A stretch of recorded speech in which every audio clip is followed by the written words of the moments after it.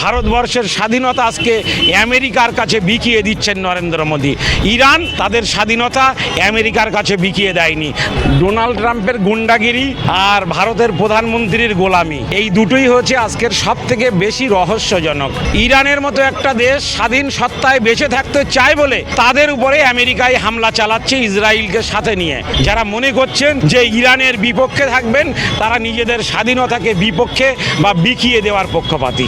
আমরা ভারতবাসী হিসাবে লজ্জিত যে আমাদের দেশের প্রধানমন্ত্রী এই কথাটা বলছে গর্বের সাথে যে ভারত হলো আমার মাতৃভূমি আর ইসরায়েল আমার পিতৃভূমি। আজকে আমেরিকা বোঝাতে পেরেছে যে যারা তাদের বশ্যতা স্বীকার করবে তাদেরকেই কেবলমাত্র আমেরিকায় পৃথিবীতে শান্তিতে থাকতে দেবে।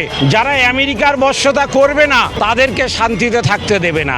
আমেরিকা শুধু একাই দাদাগিরি করবে, ডোনাল্ড ট্রাম্প সারা পৃথিবীতে দাদাগিরি করবে, আর সব রাষ্ট্রের রাষ্ট্রপ্রধানরা কি চুরি পরে বসে থাকবে নাকি? এটাই কি সব থেকে বড় জিনিস? তাহলে আমাদের প্রধানমন্ত্রী, যার চেহারাটা 56 ইঞ্চি, যার বুকের ছাতি, তিনি কেন আমেরিকার সামনে দাঁড়িয়ে চুপসে যাচ্ছেন? তিনি কেন ইসরায়েলের পার্লামেন্টে দাঁড়িয়ে তার সঙ্গে পিতৃত্বের সম্পর্ক ঘোষণা করে তাকে খুশি করার চেষ্টা করছেন? ইরানের যে চিত্র আমরা বারংবার করে দেখতে পাচ্ছি, পুঁজিবাদী যে রাষ্ট্রগুলি আছে তারা সেই ইরানের ওপর বারংবার করে আক্রমণ চালাচ্ছে, আর তার প্রতিবাদে রাজপথে সরব হয়েছেন সংখ্যালঘু যুব ফেডারেশন যারা সদস্যরা রয়েছেন। তারা কিন্তু এই টিপু সুলতান মসজিদের ঠিক সামনেই তারা রয়েছেন। এখানে কিন্তু তারা বিক্ষোভ কর্মসূচির আয়োজন করেছেন, দেখতে পাচ্ছেন সেই চিত্র। এবং যেই যুদ্ধকালীন চলাকালে সেখানে যে সর্বোচ্চ নেতা, ইরানের যে সর্বোচ্চ নেতা আয়াতুল্লাহ আলী খামেনেইর শহীদ হন, সেই শহীদে তারা কিন্তু দুঃখ প্রকাশ করেন এবং সেই জায়গায় দাঁড়িয়ে তারা ঠিক কী বার্তা রাখছেন ইরানের উদ্দেশ্যে সরাসরি শোনাবো আপনাদের। ইরানের ওপর যেভাবে বারংবার করে আক্রমণ চালাচ্ছে পুঁজিবাদী রাষ্ট্রগুলি, সেই জায়গায় দাঁড়িয়ে ডোনাল্ড ট্রাম্পের ভূমিকা নিয়ে আপনারা কী মন্তব্য রাখবেন? ডোনাল্ড ট্রাম্পের গুন্ডাগিরি আর ভারতের প্রধানমন্ত্রীর গোলামি, এই দুটোই হচ্ছে আজকের সব থেকে বেশি রহস্যজনক। ডোনাল্ড ট্রাম্প গুন্ডাগিরি করবে আর ভারতের মতো 130 কোটি নাগরিকের দেশকে আমেরিকা ডোনাল্ড ট্রাম্পের বশ্যতা স্বীকার করতে হবে, গুন্ডাগিরিকে মেনে নিতে হবে। ভারতের একজন নাগরিক হিসাবে এর থেকে লজ্জার আর কিছু হতে পারে না। নরেন্দ্র মোদী এবং ভারতবর্ষের বিদেশ নীতি বর্তমানে সম্পূর্ণভাবে একটা লজ্জাজনক জায়গায় নিয়ে যাচ্ছে, যেটা হয়তো বিগত দিনে যেমন ইংরেজ সাম্রাজ্যবাদের গোলামে পরিণত হয়েছিল এই দেশ, আগামী দিনে হয়তো মার্কিন সাম্রাজ্যবাদের একটা গোলাম দেশ হিসাবে ভারতবর্ষ চিহ্নিত হবে। ভারতবর্ষের মতো একটা দেশের নাগরিক হিসাবে এটা আমরা সমর্থন করি না, এটা বরদাস্ত করি না। তারা একবার দুবার নয় বারংবার আক্রমণ চালায় ইরানের উপর। নিরীহ বলে কি আক্রমণ? এবং দেখতে পাচ্ছি যে আমরা শিশুদের উপর আক্রমণ করা হয়, সাংবাদিকদের উপর আক্রমণ করা হয়। রমজান মাসেও তারা কিন্তু বন্ধ করছে না এই যুদ্ধ। আজকে আমেরিকা বোঝাতে পেরেছে যে যারা তাদের বশ্যতা স্বীকার করবে তাদেরকেই কেবলমাত্র আমেরিকায় পৃথিবীতে শান্তিতে থাকতে দেবে। যারা আমেরিকার বশ্যতা করবে না তাদেরকে শান্তিতে থাকতে দেবে না। ইরানের মতো একটা দেশ স্বাধীন সত্তায় বেঁচে থাকতে চায় বলে তাদের উপরে আমেরিকায় হামলা চালাচ্ছে ইসরায়েলকে সাথে নিয়ে। আমি ভারতবর্ষের নাগরিকদের বলতে চাই, আমরাও কি নরেন্দ্র মোদীর মাধ্যমে আমেরিকার প্রেসিডেন্ট ডোনাল্ড ট্রাম্পের এই বশ্যতা মেনে নেব? তার গুন্ডাগিরিকে কি বরদাস্ত করব? আমেরিকার যে গুন্ডাগিরি এবং তার যে দৌরাত্ম্য, সেটাকে কি ভারতবর্ষের নাগরিক হিসাবে আমরা কি স্বীকার করে নেব?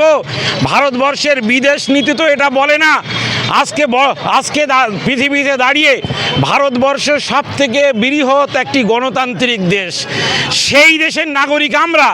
তাহলে আমাদের প্রধানমন্ত্রী, যার চেহারাটা 56 ইঞ্চি, যার বুকের ছাতি, তিনি কেন আমেরিকার সামনে দাঁড়িয়ে চুপসে যাচ্ছেন? তিনি কেন ইসরায়েলের পার্লামেন্টে দাঁড়িয়ে তার সঙ্গে পিতৃত্বের সম্পর্ক ঘোষণা করে তাকে খুশি করার চেষ্টা করছেন? জেনে রাখবেন, ভারতবর্ষের মানুষ সাম্রাজ্যবাদী শক্তির বিরোধী। আমরা সাম্রাজ্যবাদী শক্তির বিরোধী হিসাবে আমেরিকার বিরোধী। আমেরিকার সঙ্গে বাণিজ্যিক সম্পর্ক করে আমরা সুখে থাকব, আমাদের আর্থিক সমৃদ্ধি আমরা চাই না, বরং আমরা আমাদের স্বাধীনতা চাই।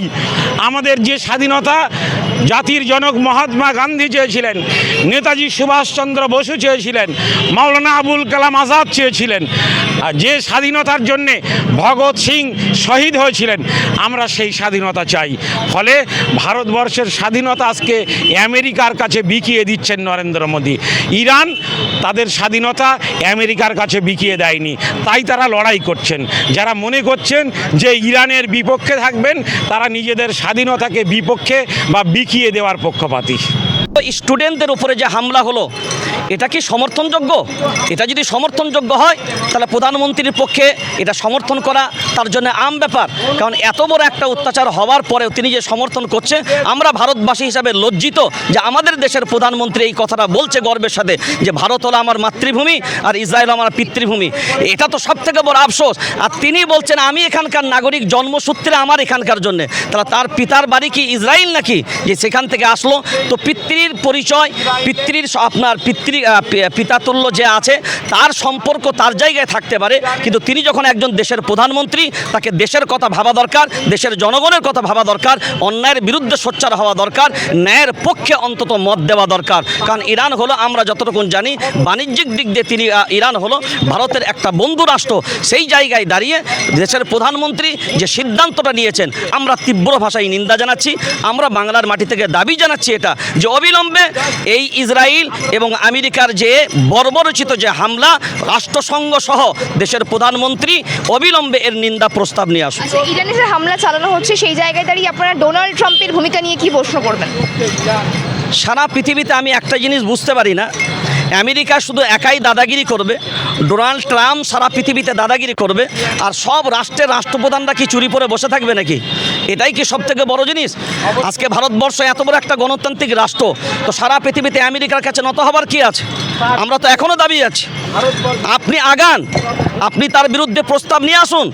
দেশের 142 কোটি জনসংখ্যা আপনার মানুষ, ভারতবাসী আপনার পাশে থাকবে, আপনাকে ওয়েলকাম জানাবে, আপনাকে সাধুবাদ জানাবে। বারবার ভারতকে আমরা দেখেছি যেভাবে নীচ দেখিয়েছে, যেভাবে ছোট মনে করেছে, তারপরেও আমেরিকার ভয়ে আজকে কেন যে প্রধানমন্ত্রী কথা বলছেন না তার পক্ষে সওয়াল করছে।